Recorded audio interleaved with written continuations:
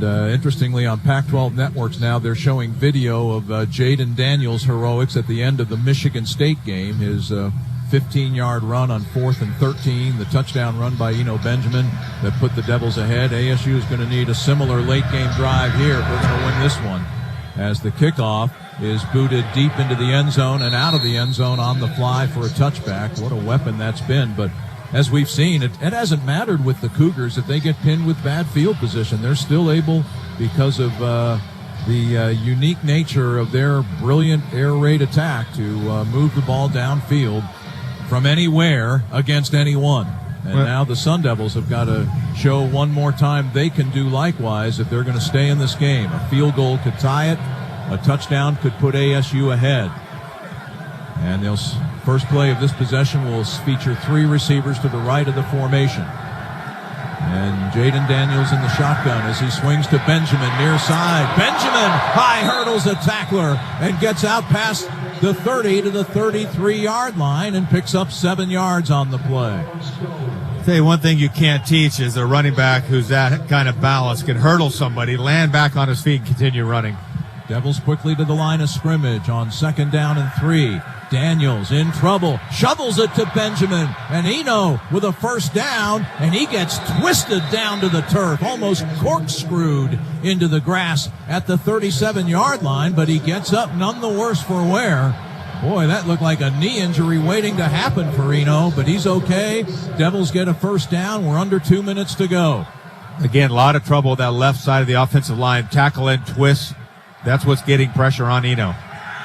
Daniels to throw. Gets it off to Benjamin over the middle. Spins out a one tackler. Gets thrown forward by a Cougar defender and has a first down to the 47 of Washington State with 1:35 to play. And the Cougars rush a defender, Ayalu Patea-Bay, their nose tackle, onto the field. What's killing us is we're substituting, and then Washington State gets time, so the officials holding the play. And yet the game clock Correct. continues to tick.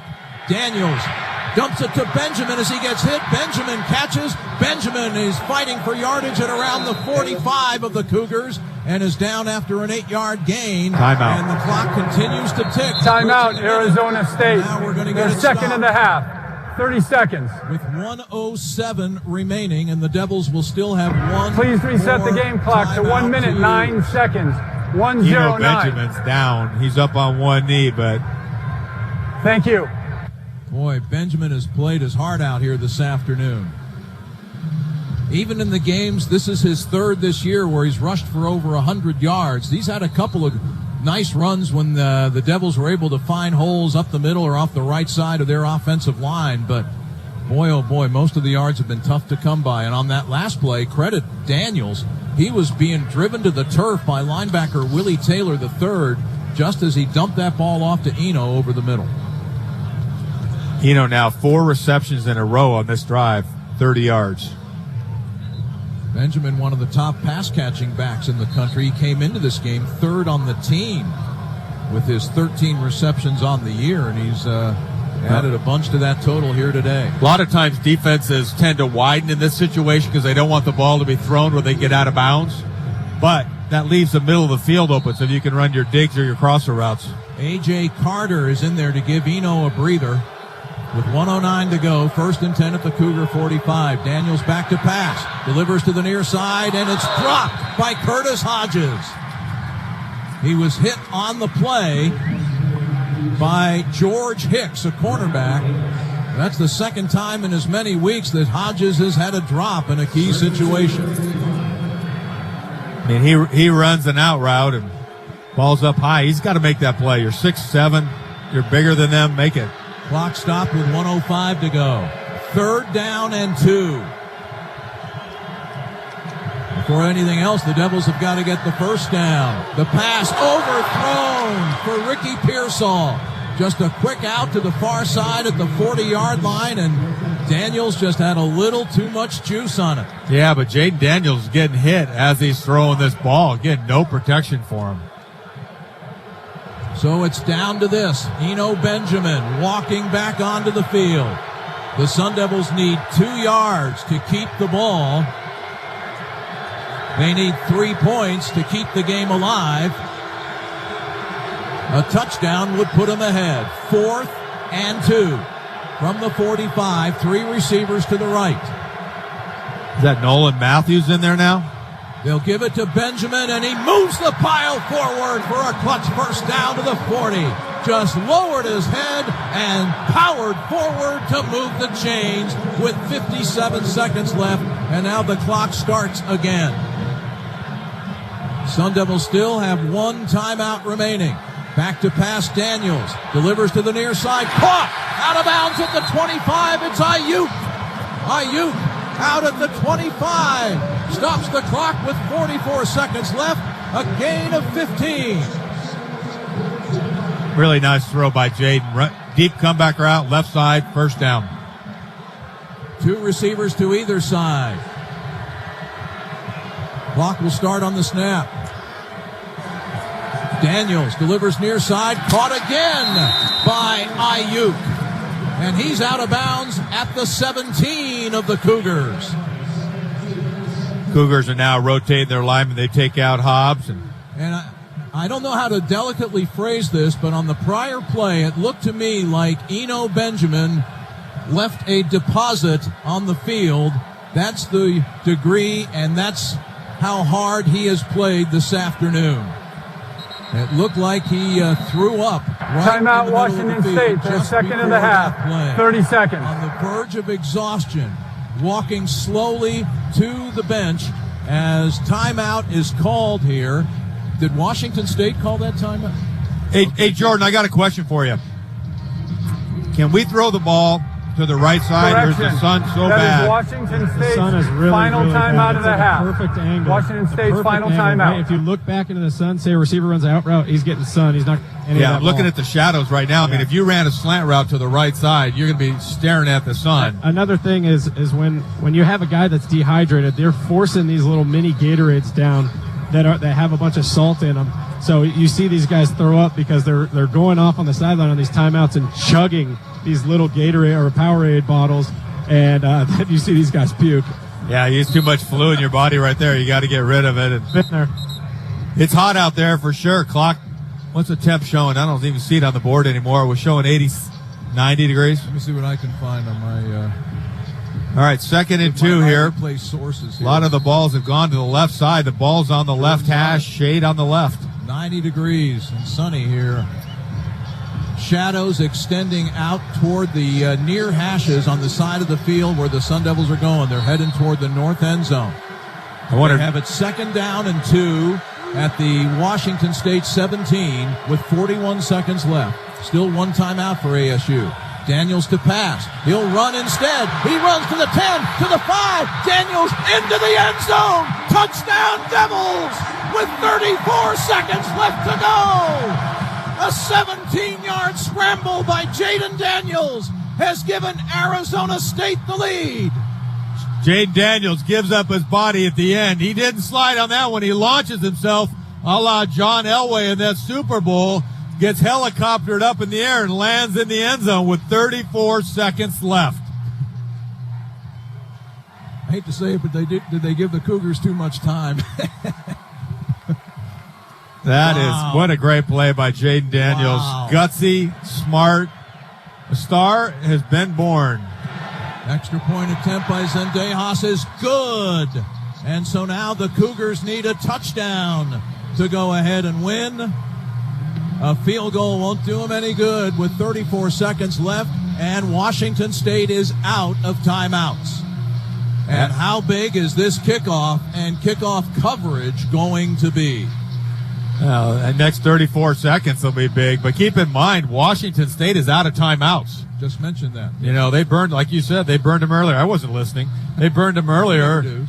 So now that's going to really affect your play call. They're going to have to go to 2 or 3 plays.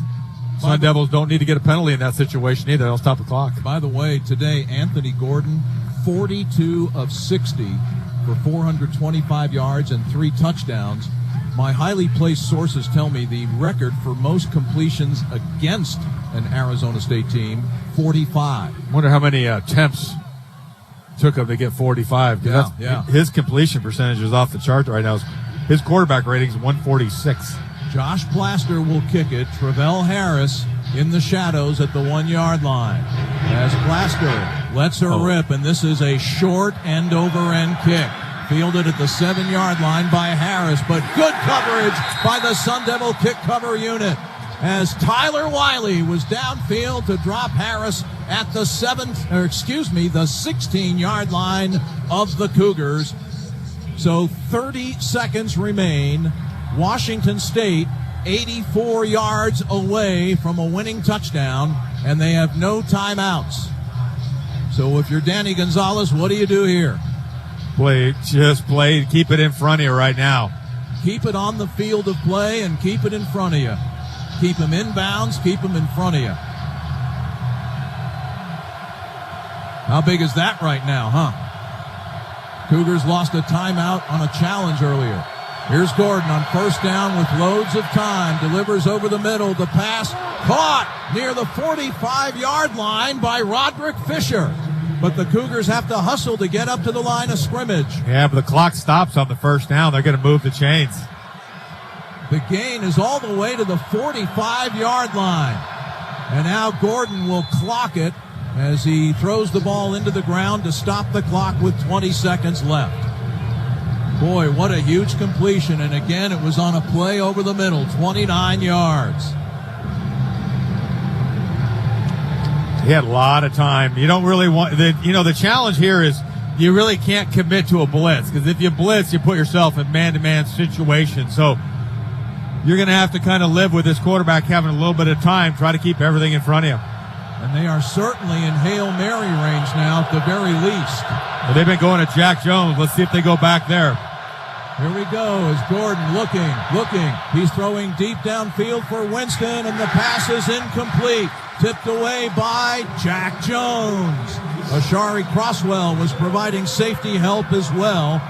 That took 7 seconds, 13 seconds remaining, and it's third down coming up for the Cougars. If I was the Wazoo color guy, I would say that's pass interference. Yeah, it looked like Jones got Winston by the shirt. Jack Jones had pass interference, and we got away with it.